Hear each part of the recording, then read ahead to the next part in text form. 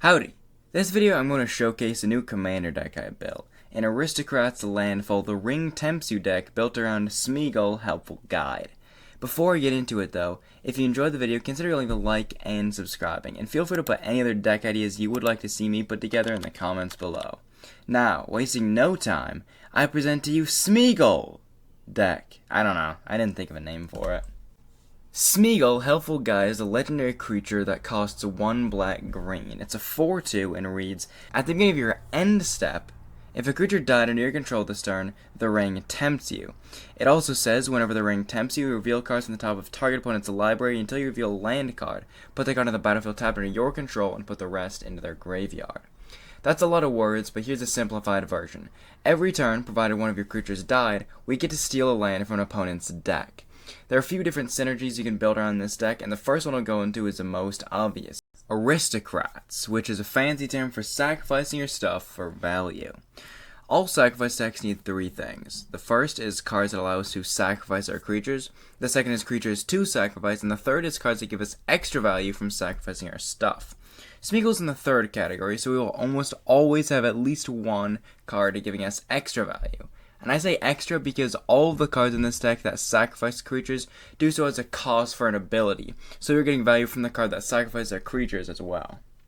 For cards that allow us to sacrifice, I had to make sure I got a lot. I'll highlight the best ones, cards that can sacrifice a creature for 0 mana and without tapping it. Something magic folk like to call being able to sacrifice, quote, on a stick. Astronaut's Altar gives us 2 colorless mana for sacrificing a creature. Woe Strider lets us just scry 1, which isn't very good, but it makes a creature to sacrifice when it enters. Phantom Train gets a +1/+1 counter and becomes a creature, and Warren Soul Trader gives us a treasure, but we also have to pay a life. There are plenty more cards that can sacrifice creatures for us, such as Hell's Caretaker, a card that lets us put a creature card from the graveyard back into play, or Culling Dice, a cheap artifact that slowly builds up until it can refill our hand for 1 mana. Now we need actual creatures to sacrifice, and this list is a bit longer because we want to be able to have at least 1 creature to sacrifice every single turn. Blisterpod, Infestation Sage, Carrier Thrall, and Eldrazi Repurposer all make another creature upon death, and the latter even makes one when you cast it as well. We also play Tenacious Dead, a card we can bring back every time we sacrifice it, Guildsworn Prowler, which draws a card when it dies, and a few token makers, namely Grist the Hunger Tide, which also happens to double as a way to sacrifice creatures and a removal spell. Finally, we need cards that give us even more value for sacrificing creatures. Golgari Germination makes us more creatures every time a non-token creature we control dies. Nightmare Shepherd lets us create 1/1 token copies of the creatures we sacrifice, and both Blood Artist and Zulport Cutthroat ping our opponents for each creature that dies. The last 2 are the best ones. Smothering Abomination and Liliana Dreadhorde General. Smothering Abomination says, at the beginning of your upkeep, sacrifice a creature, and every time you sacrifice a creature, draw a card. This is really good in this deck because not only does it let us draw a card every time a creature dies, but it also is a sacrifice outlet in and of itself. Liliana Dreadhorde General is similar, but it's a planeswalker, so it does a bit more as well. For 6 mana, it comes in LLT 6 and has a static ability. Every time a creature you control dies, draw a card. Not only that, but she can also make creatures to sacrifice their +2 ability, and if you -4, she makes everybody at the table sacrifice 2 of their creatures, something that will help you but mess up your opponents a lot. This is the sacrifice part of the deck, but there are also 2 other ways we can synergize with our commander. The Ring Tempts You and Landfall. If you aren't familiar with the ability The Ring Tempts You, allow me to explain it really fast. When the Ring tempts you, 2 things happen. First, you choose a creature to be your ring bearer. Secondly, there are 4 different levels to the ring, which is an emblem token that you make the first time the ring tempts you. And each time the ring tempts you, you move on to the next level. The first makes your ring bearer legendary and can't be blocked by creatures with greater power. The second level says whenever your ring bearer attacks, draw a card, then discard a card. Then at level 3, whenever your ring bearer becomes blocked by a creature, that creature's controller sacrifices at the end of combat. Finally, the last level says whenever your ring bearer deals combat damage to a player, each opponent loses 3 life. These abilities stack, so at level 4 it will do all of these abilities, and the best part is that the creatures themselves don't gain the ability, but rather the ring gives them the abilities. So even if your ring bearer is killed, you can just choose a new one the next time the ring tempts you, and then that creature will have all of those abilities now. When you first read Smeagol, some may immediately tunnel vision on sacrificing stuff to trigger his ability, but it just says whenever the ring tempts you, so we can add some synergies with this.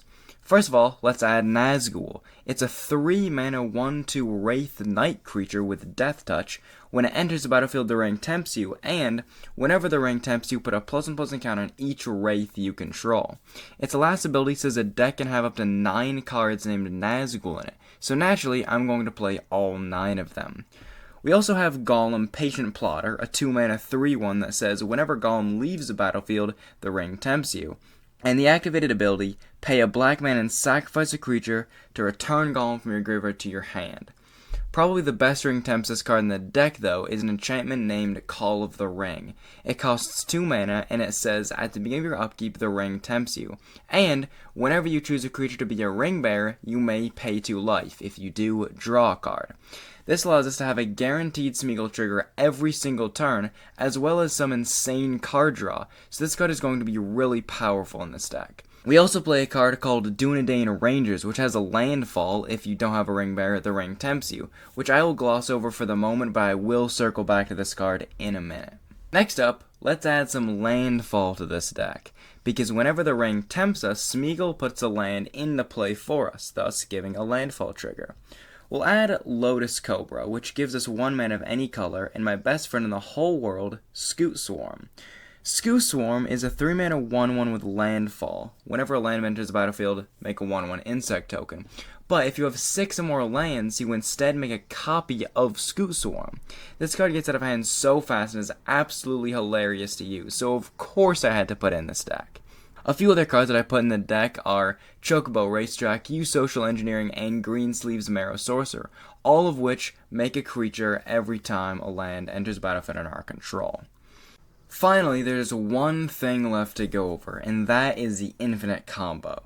I say infinite combo, it's not technically infinite, but it's basically infinite.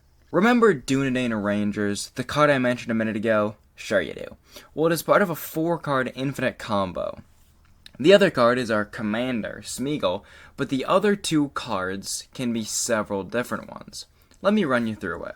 So you have Smeagol and Dunedain Rangers out, as well as, for example, Ashnod's Altar and Bloodghast.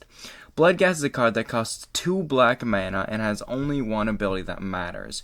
Landfall, you may return this creature from the graveyard to the battlefield. You start the combo by playing your land for the turn when you don't have a ring bearer. This will trigger Dunedain Rangers, and because you don't have a ring bearer, the ring tempts you, which will make Bloodghast your ring bearer, and it will trigger Smeagol. Before the Smeagol ability resolves, sacrifice the Bloodghast to the Ashnod's Altar, making 2 generic mana. Then the Smeagol ability will resolve, and you will get a land from your opponent's deck. This will trigger Landfall, and Bloodghast will be returned from the graveyard to the battlefield.